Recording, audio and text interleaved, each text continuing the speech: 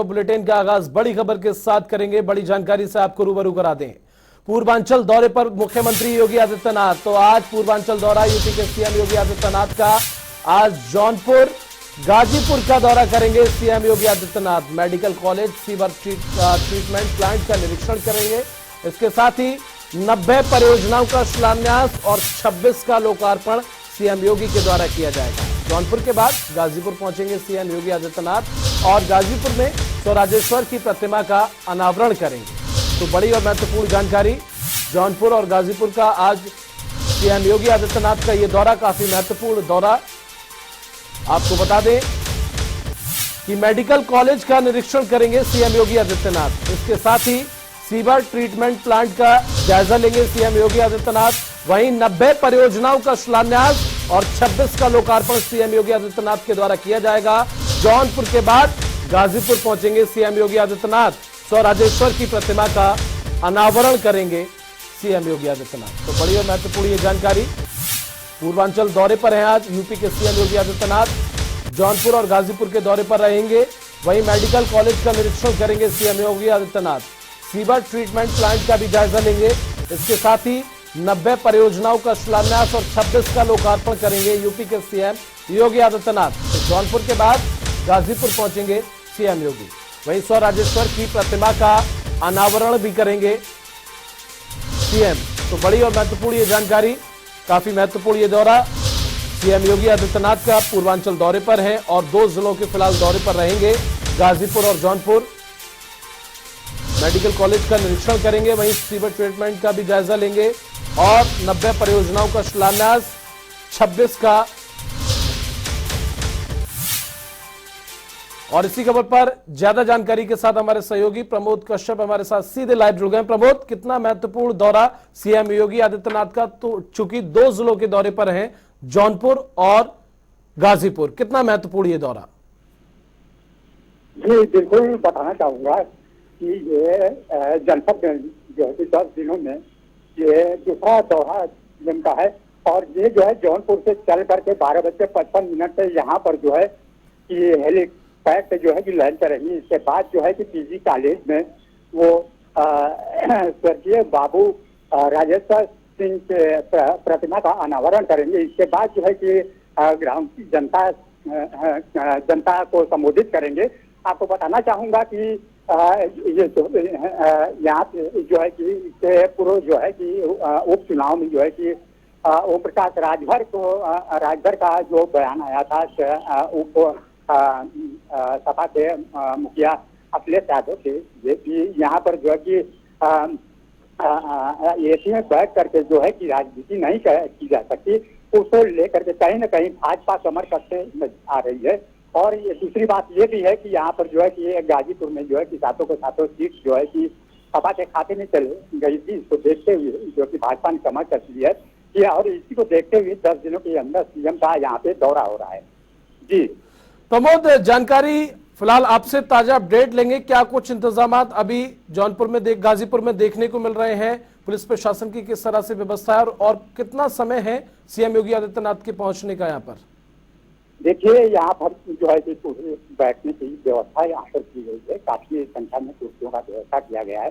उम्मीद जताई है कि बहुत काफी संख्या में यहाँ पे लोग यहाँ पे उपस्थित होंगे और यहाँ पे 500 मीटर के दूर पे जो है कि पुलिस बंदोबस्त पूरी तरह से किया गया है।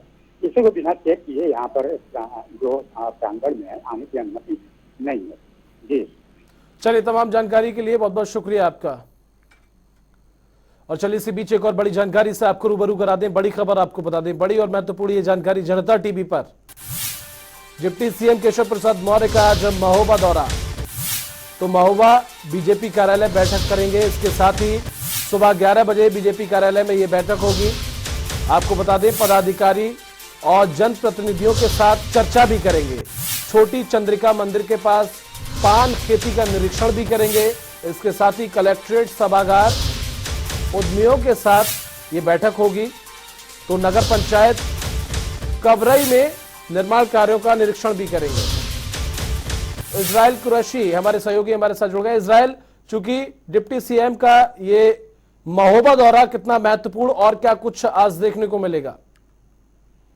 जी मैं आपको बता दूं आज डिप्टी सीएम महोबा पहुंच रहे हैं। लगभग 11 बजे उनके आने की संभावना है। तैयारियां पूरी है, शासन प्रशासन पूरी तरह मुस्तैद है। और यहाँ के बासिंदों को मैं आपको बता दूं कि ये बहुत ही उनके आने की इंतजार है कि यहाँ पर आएंगे, कुछ नई योजनाओं का यहाँ पर कुछ घोषणा करेंगे वो लोग। जैसे पानी की समस्या महोबा जनपद में अहम समस्या है। पानी की समस्या के साथ साथ यहाँ के पान बरेजे जो विदेशों में भी अपनी पहचान बनाए हुए हैं, क्योंकि केशव प्रसाद जी पान बरेजे भी जाएंगे और ये लगता है कि उनके पहुंचने से पान उद्योग को काफी मतलब राहत मिलेगी। ये सब चीजें देखने को मिलेगी। इजराइल फिलहाल डिप्टी सीएम के इस दौरे को लेकर क्या कुछ इंतजामात? शासन प्रशासन पूरी तरह मुस्तैद है।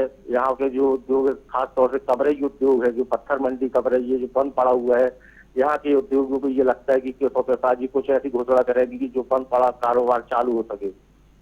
फिलहाल आज क्या कुछ निरीक्षण डिप्टी सीएम के द्वारा किया जा सकता है? क्या कुछ मुआयना किया जा सकता है? किन किन चीजों का जायजा लिया जाएगा डिप्टी सीएम के द्वारा? चाहेंगे विस्तार से आप बताएं।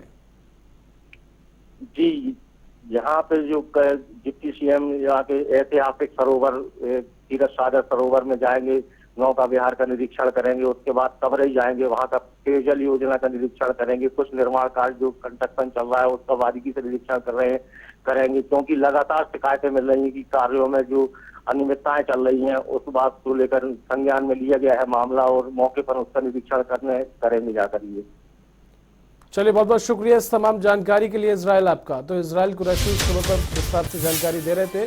डिप्टी सीएम केशव प्रसाद मौर्य का आज महोबा दौरा, काफी महत्वपूर्ण ये दौरा। पार्टी पदाधिकारियों के साथ चर्चा करेंगे, निरीक्षण भी किया जाएगा इनके साथ ही। वहीं छोटी चंद्रिका मंदिर के पान खेती का भी जायजा लेंगे।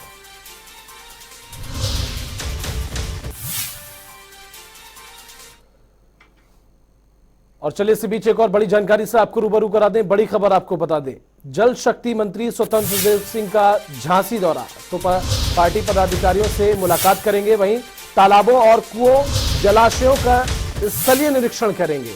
शाम 4:30 साढ़े 5 बजे विभागीय अधिकारियों के साथ समीक्षा करेंगे। वहीं मऊ रानीपुर के जल विहार मेले में कवि सम्मेलन में भी शामिल होंगे। तो बड़ी और महत्वपूर्ण ये जानकारी। पार्टी पदाधिकारियों से मुलाकात करेंगे स्वतंत्र देव सिंह, तालाबों कुओं जलाशयों का भी निरीक्षण करेंगे। इसके साथ ही शाम 5:30 बजे अफसरों के साथ समीक्षा बैठक भी करेंगे। मऊ रानीपुर जल विहार में मेले में शामिल होंगे। तो मंत्री स्वतंत्र देव सिंह का आज झांसी दौरा, काफी महत्वपूर्ण इनका ये दौरा। पार्टी पदाधिकारियों से मुलाकात करेंगे, उनके साथ चर्चा करेंगे। चलिए इसी बीच यूपी की राजधानी लखनऊ से इस वक्त की बड़ी जानकारी से आपको रूबरू करा दें। बड़ी खबर, लखनऊ में आज भाजपा की अवध क्षेत्र की बैठक में बीजेपी प्रदेश अध्यक्ष भूपेंद्र चौधरी इसमें मौजूद रहेंगे। निकाय चुनाव के लिए बीजेपी कस रही कमान, चूंकि निकाय चुनाव नजदीक है और ऐसे में कहीं ना कहीं बीजेपी एक बड़ी रणनीति बनाने में जुटी हुई है। कमर कस ली है बीजेपी ने। फिलहाल प्रदेश अध्यक्ष भूपेंद्र चौधरी मौजूद रहेंगे। तो बड़ी और महत्वपूर्ण ये जानकारी, आज बीजेपी की अवध क्षेत्र की ये बैठक, काफी महत्वपूर्ण ये बैठक। प्रदेश अध्यक्ष भूपेंद्र चौधरी इसमें शामिल होंगे। निकाय चुनाव के लिए बीजेपी ने कमर कस ली है और लगातार बीजेपी के द्वारा ये रणनीति बनाई जा रही है। आज बीजेपी की अवध क्षेत्र की ये बैठक, तो निकाय चुनाव के लिए बीजेपी लगातार रणनीति बनाने में जुटी हुई है। यूं कहें कि बीजेपी ने कमर कस ली है। तो प्रदेश अध्यक्ष भूपेंद्र चौधरी भी इसमें शामिल होंगे। निकाय चुनाव के लिए बीजेपी तैयार है, पूरी तैयारी में जुटी हुई है। आज बीजेपी की अवध क्षेत्र की यह बैठक और काफी महत्वपूर्ण यह बैठक, जिसमें साफ तौर पर प्रदेश अध्यक्ष भूपेंद्र चौधरी शामिल होंगे। कई अहम मुद्दों को लेकर चर्चा भी होगी। निकाय चुनाव को लेकर तैयारियों का जायजा भी लिया जाएगा। अनूप कुमार हमारे सहयोगी सीधे लाइव लखनऊ से हमारे जुड़ गए। चूंकि अनूप, काफी महत्वपूर्ण ये अवध क्षेत्र को लेकर, चूंकि निकाय चुनाव भी नजदीक है, ऐसे में बीजेपी की क्या कुछ तैयारी है? चूंकि प्रदेश अध्यक्ष भूपेंद्र चौधरी इसमें शामिल होंगे, क्या कुछ दिशा निर्देश दिए जा सकते हैं? देखिए, भूपेंद्र चौधरी प्रदेश अध्यक्ष बनने के बाद लगातार बैठकें का दौर जारी है। चाहे पश्चिम की बात करें या फिर पूर्व की बात करें, लगातार बैठक जारी है। आज की जो बैठक रखी गई है वो नगर निकाय चुनाव से संबंधित रखी गई है, क्योंकि भाजपा ने ये रणनीति बनाई है नगरीय निकाय जो चुनाव है उसको जीतने के लिए कि जिला अध्यक्ष और जिला प्रभारियों के साथ बैठक होगी। साथ ही साथ भाजपा ने साफ संदेश दिया है कि जो पदाधिकारी भारतीय जनता पार्टी के हैं उनके परिवार को टिकट नहीं दिया जाएगा, उनके बेटों को टिकट नहीं दिया जाएगा, उनके बेटी को टिकट नहीं दिया जाएगा। इस बार शक्ति ये भी कर रही है कि अगर किसी जो पदाधिकारी के बेटा को निर्दलीय भी चुनाव लड़ता है तो उसको पार्टी से बाहर किया जाएगा। यानी जमीनी स्तर पर पूरी तैयारी शुरू कर दिया है। ऐसे में जिला अध्यक्ष और जो प्रभारी हैं या फिर जो संगठन के और मंत्री हैं वो वहां पर आज मौजूद रहेंगे। भूपेंद्र चौधरी के साथ बैठक होने वाली है और जो नगर निकाय चुनाव है कैसे जीते जाएं, क्या रणनीति अपनाई जाए ताकि उत्तर प्रदेश में फिर से एक बार नगर निकाय चुनाव में कमल खिले, ये सब चीजों को लेकर जमीनी स्तर पर तैयारी चल रही है। कार्यकर्ता से लगाकर बूथ स्तर या फिर जिला अध्यक्ष तक लगातार वो जो बैठकों का दौर जारी है भूपेंद्र चौधरी का, और रणनीति बनाई जा रही है कि जो आम लोग हैं, आम जनता है, उसको जोड़ा जाए ताकि 2024 का लक्ष्य भी इसी नगर निकाय चुनाव से रास्ता साफ हो जाएगा। जब बाहर का जो आम जनता आम को भारतीय जनता पार्टी टिकट देगी तो निश्चित तौर पे वो कहीं ना कहीं भारतीय जनता पार्टी से वो वोटर जुड़ेगा, वो लोग जुड़ेंगे और निश्चित रूप से जिस तरीके से अगर ये प्लानिंग कामयाब हो गई भूपेंद्र चौधरी की थी तो 2024 की लड़ाई जो है वो बिल्कुल रास्ता साफ हो जाएगा। तो एक बार कहा जा सकता है कि भारतीय जनता पार्टी की एक बार फिर से जमीनी स्तर पर तैयारी शुरू हो चुकी है। अब उसका लक्ष्य भले ही 2024 हो, लेकिन भारतीय जनता पार्टी इसको सेमीफाइनल से कम नहीं समझ रही है, क्योंकि ये एक जीत का रास्ता होगा। यहीं से जो वोटर हैं उनको कहीं न कहीं साधने की कोशिश की जाएगी। समाज के वो लोग जो उनको अभी तक राजनीति का हिस्सा नहीं बन पाए हैं या जो उत्सुक होते हैं उनको जोड़ने का समाज भारतीय जनता पार्टी काम कर रही है। जी, चूंकि अनूप जिस तरह से आपने बताया कि बीजेपी ने कमर कस ली है, ऐसे में बीजेपी के द्वारा आज बीजेपी की अवध क्षेत्र की बैठक कितनी महत्वपूर्ण ये बैठक है और इस बैठक के बाद कितना प्रभाव पड़ने वाला है वोटरों पर, और किस तरह से बीजेपी के द्वारा मतदाताओं को रिझाने की कोशिश की जा रही है अनूप? अब देखिए ये बैठक लगातार चल रही है, चूंकि प्रधानमंत्री नरेंद्र मोदी का 17 सितंबर को जन्मदिन है। ऐसे में भारतीय जनता पार्टी पूरी तैयारी कर रही है कि 17 तारीख से और 2 अक्टूबर तक विशेष जो पखवाड़ा चला करके उसमें सामाजिक जो कार्यकर्ता हैं वो संगठन है उनको शामिल करके या फिर गांव-गांव जा करके लोगों से मुलाकात करना, उनकी मदद करना, जो अस्पताल में मरीज है उनको फल वितरित करना, ऐसे तमाम जो कार्यक्रम है सामाजिक स्तर पर उसको पूरी प्लानिंग कर चुकी है। और इसी पखवाड़े के माध्यम से भारतीय जनता पार्टी लोगों तक पहुंचेगी, गांव-गांव तक पहुंचेगी, ताकि इस मैसेज संदेश दे सके कि आने वाले निकाय जो चुनाव है उसमें किस तरीके से तैयारी करना है। और साथ ही साथ 2024 का भी कहीं न कहीं पूरी एक बार जो भारतीय जनता पार्टी के जो कार्यकर्ता हैं, नेता हैं, वो एकदम जमीनी स्तर पर पहुंच सकेंगे। जो जिला प्रभारी मंत्री बनाए गए हैं उनकी भी जिम्मेदारी सौंप दी गई है कि अपने जिले में जाकर के वो जो जनता के पास जो मन टटोले और साथ ही साथ जो सरकार की योजनाएं हैं उनको किस तरीके से जनता तक पहुंचाई जाए, या फिर अभी तक सरकार ने जो उपलब्धियां की हैं सरकार की तरफ से उनको रूबरू कराया जाए जनता के साथ, किस तरीके से उनकी सरकार की उपलब्धियां रही हैं। तो पूरी प्लानिंग है कि इस जो बिल्कुल अनूप आप नजर बनाए रखिए, आगे भी आपसे इस खबर पर अपडेट लेंगे। फिलहाल अभी के लिए आपका बहुत बहुत शुक्रिया। और इसी बीच एक और बड़ी जानकारी, उत्तर प्रदेश की राजधानी लखनऊ से ये जानकारी आपको बता दें, गांधी जयंती पर शहर में शुरू होंगे 75 हेल्थ एटीएम। 6 लाख की आबादी पर होगा एक हेल्थ एटीएम। जहां 6 लाख की आबादी होगी वहां पर एक हेल्थ एटीएम होगा। दिल से लेकर अन्य बीमारियों की रिपोर्ट चंद मिनटों में मिलेगी। टेली मेडिसिन की सुविधा भी इसमें मिलेगी। इसके साथ ही ECG, cholesterol, sugar, urine test की भी तुरंत की तुरंत जांच की जाएगी। तो पीजीआई के 14 डॉक्टर मरीजों को सलाह देंगे। तो बड़ी और महत्वपूर्ण जानकारी और एक अच्छा कैंपेन बीजेपी के द्वारा, सभी बीमारियों की रिपोर्ट तुरंत मिलेगी। टेलीमेडिसिन की सुविधा भी यहां पर होगी। इसके साथ ही आपको यह भी बता दें कि मरीजों को तुरंत जांच रिपोर्ट मिलेगी।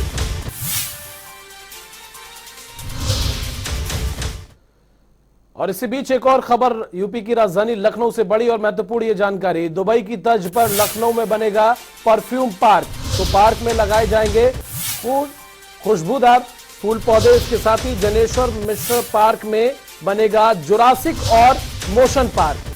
तो पार्क में लोगों के लिए 100 रुपए का टिकट होगा। इसके साथ ही लखनऊ विकास प्राधिकरण ने प्रोजेक्ट पर मोहर लगा दी। तो दुबई की तर्ज पर बनेगा इसमें परफ्यूम पार्क और एक अच्छा पार्क होगा, एक अच्छा दृश्य होगा इस पार्क का। आपको बता दें लखनऊ में बनेगा परफ्यूम पार्क। बड़ी और महत्वपूर्ण जानकारी, दुबई की तर्ज पर यह पार्क बनेगा। इसके साथ ही पार्क में लगाए जाएंगे खुशबूदार फूल पौधे। जनेश्वर मिश्र पार्क में ये बनेगा, वहीं पार्क में बनेगा जुरासिक और मोशन पार्क। लोगों के लिए 100 रुपए का इसका टिकट होगा। आप 100 रुपए में एंट्री ले पाएंगे। लखनऊ विकास प्राधिकरण ने फिलहाल इस पर मोहर लगा दी है। बड़ी और महत्वपूर्ण ये जानकारी, दुबई की तर्ज पर यह पार्क बनेगा। हुबहू दुबई के जिस तरह से दुबई में जो पार्क बना हुआ है उसकी तर्ज पर यह पार्क बनेगा, जनेश्वर मिश्र पार्क, और बनेगा रोचक। इसी बीच एक और खबर लखनऊ से आपको बता दें, बड़ी और महत्वपूर्ण ये जानकारी, हिंदी के साथ उर्दू में लिखे जाएंगे अस्पतालों के नाम। तो स्वास्थ्य निदेशक ने सभी सीएमओ को ये निर्देश जारी किए हैं कि अब तक जिन अस्पतालों के नाम, जो सरकारी अस्पताल हुआ करते थे उनके नाम जो हिंदी में हुआ करते थे, अब उर्दू में भी वो नाम लिखे जाएंगे। अस्पताल स्टाफ का भी उर्दू में नाम लिखा जाएगा। तो बड़ी और महत्वपूर्ण ये जानकारी, अस्पताल स्टाफ का नाम भी उर्दू में लिखा जाएगा। इसके साथ ही आपको जानकारी ये भी बता दें कि उर्दू में भी लिखे जाएंगे अस्पतालों के नाम।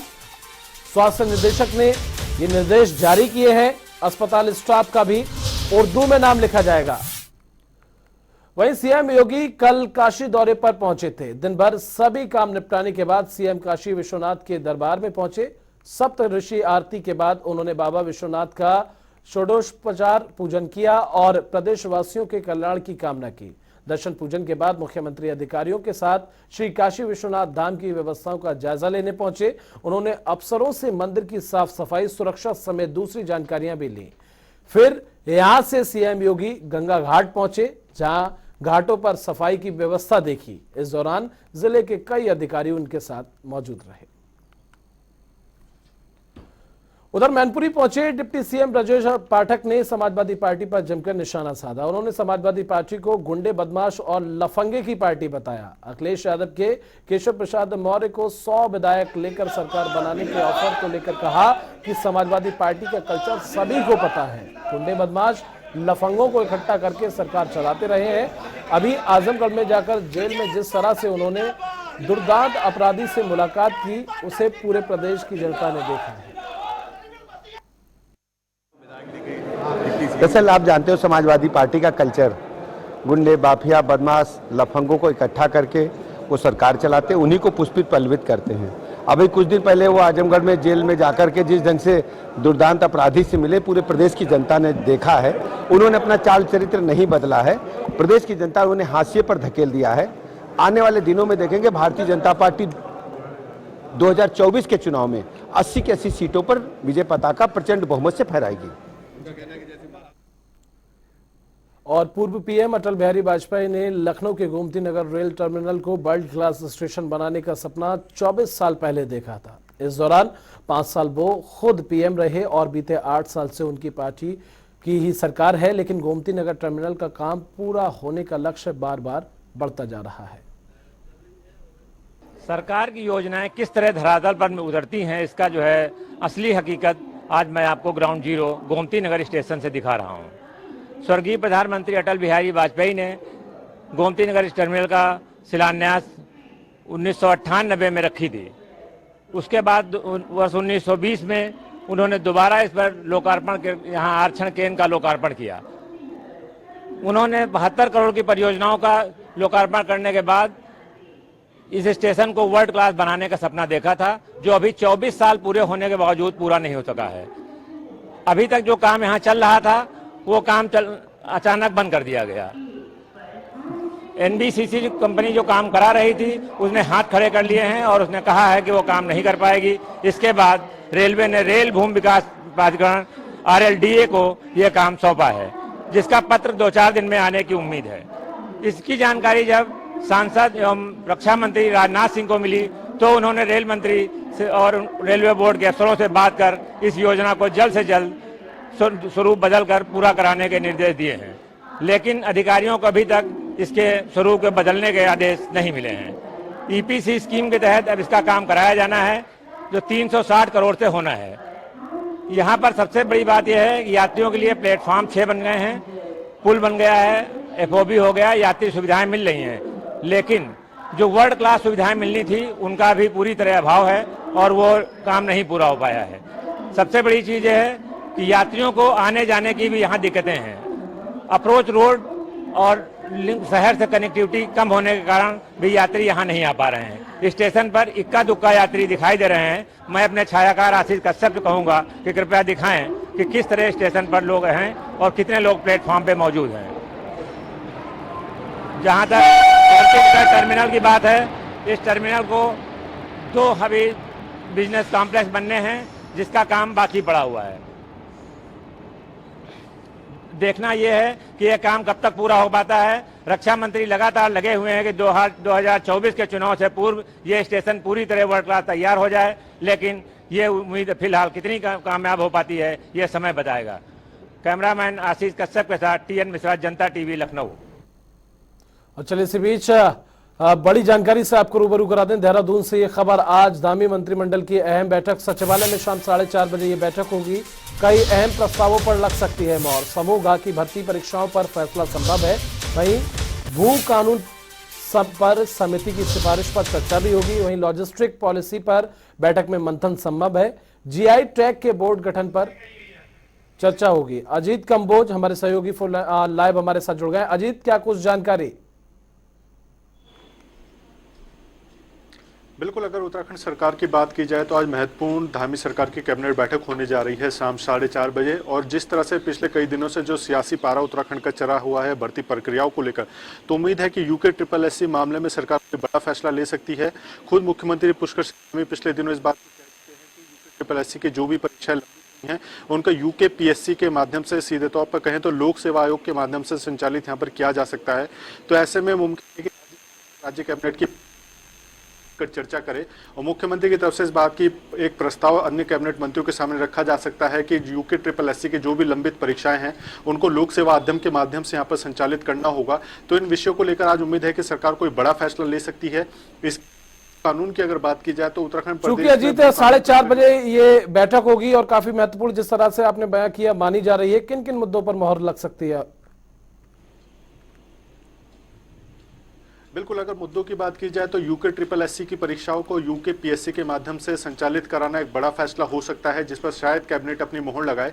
इसके अलावा जो भू कानून को लेकर एक समिति ने अपनी रिपोर्ट मुख्यमंत्री पुष्कर सिंह धामी को सौंपी है, तो वो भी आज राज्य कैबिनेट के सामने प्रस्तुत की जा सकती है। जो 23 संस्तुतियां भू कानून समिति की तरफ से प्रस्तुत की गई हैं उन पर विचार विमर्श राज्य कैबिनेट की बैठक में हो सकता है।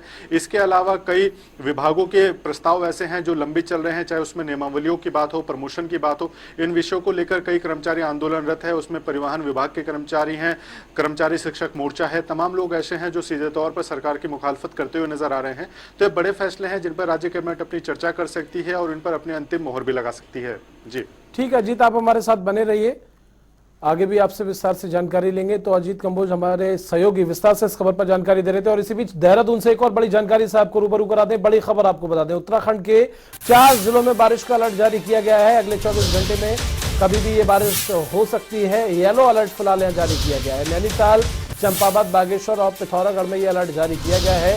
प्रदेश के दूसरे जिलों में भी बारिश हो सकती है, लगातार अलर्ट जारी है। अजीत कंबोज हमारे सहयोगी लगातार हमारे साथ बने हुए हैं। अजीत, बारिश को लेकर यह अलर्ट जारी किया गया है, क्या कुछ अपडेट? बिल्कुल, अगर मौसम विभाग की बात की जाए तो सुबह ही देहरादून मौसम केंद्र ने कुमाऊं मंडल और देहरादून जनपद के लिए येलो अलर्ट जारी किया है, जिसमें कुमाऊं मंडल में ज्यादा बारिश होने की संभावना जताई गई है।